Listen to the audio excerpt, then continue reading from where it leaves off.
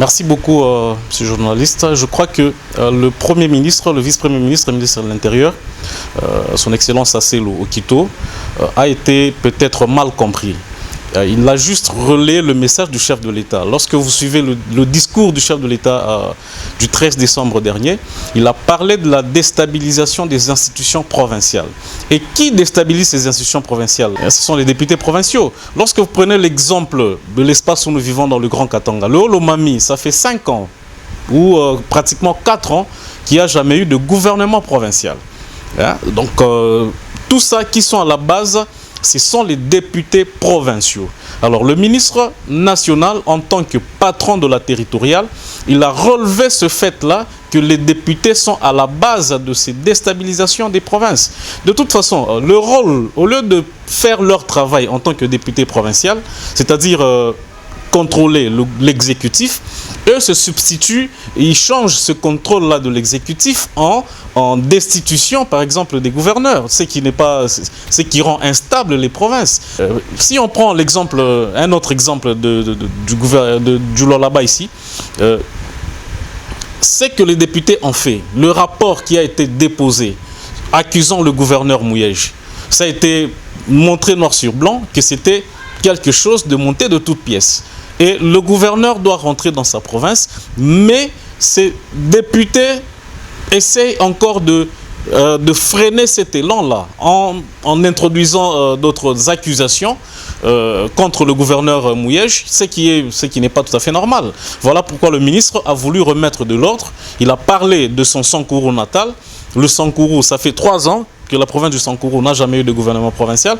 Et cette situation, elle est presque sur toute l'étendue de la RDC. C'est dans ce sens-là que le ministre a essayé de relayer le message du chef de l'État. C'est dans les vœux du chef de l'État. Parce que lorsqu'on ira en 2023, le bilan du président de la République, ça va se baser sur les provinces, le développement à la base. Alors si nous y allons avec ces genres de déstabilisation, alors ça freine cet élan de développement. Raison pour laquelle nous félicitons monsieur le ministre national de l'Intérieur, Asselo, d'avoir pris ces mesures-là afin que les députés provinciaux reviennent à la normale et puissent faire correctement leur travail.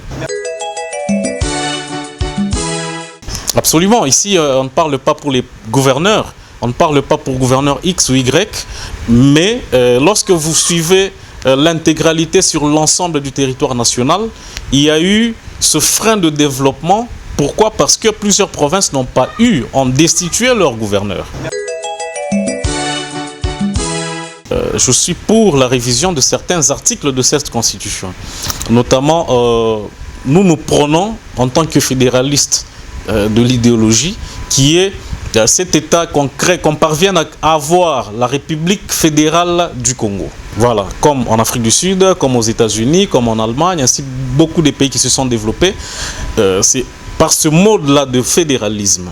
Mais de l'autre côté, il faut aussi qu'on revoie un peu certains articles, toujours de la même constitution, parce que c'est vraiment regrettable le mode de scrutin que nous avons. Le chef de l'État l'a fustigé pour l'élection des gouverneurs et sénateurs. Il y a eu une corruption terrible parce que ces élections-là se font au 2e degré. C'est-à-dire ce sont les députés qui élisent. Or, si on peut revoir ces articles-là afin que les gouverneurs ainsi que les sénateurs puissent être élus au suffrage universel, comme ça se fait pour les députés, alors là, ils seront beaucoup plus redevables à la population. Et comment comprendre que quelqu'un, une seule personne qui postule à l'Assemblée provinciale, à l'Assemblée nationale, au Sénat, et ainsi de suite. Je prends l'exemple de notre vieux Ngwe Kassanji, qui est passé député provincial. Il laisse sa fille en province, sa fille en province. Il passe député national et il se fait élire sénateur, et c'est sa femme qui est à la chambre haute. Bon, comment comprendre ces histoires-là? Et une fois que lui, il est ministre, c'est son fils qui sera député national. Donc nous avons ces assemblées-là où il n'y a que des familles.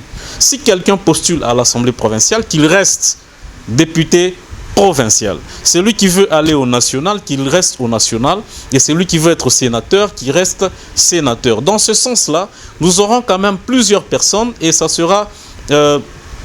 va permettre de faire un contrôle républicain ou un contrôle démocratique par rapport au rôle qu'on sera obligé à jouer.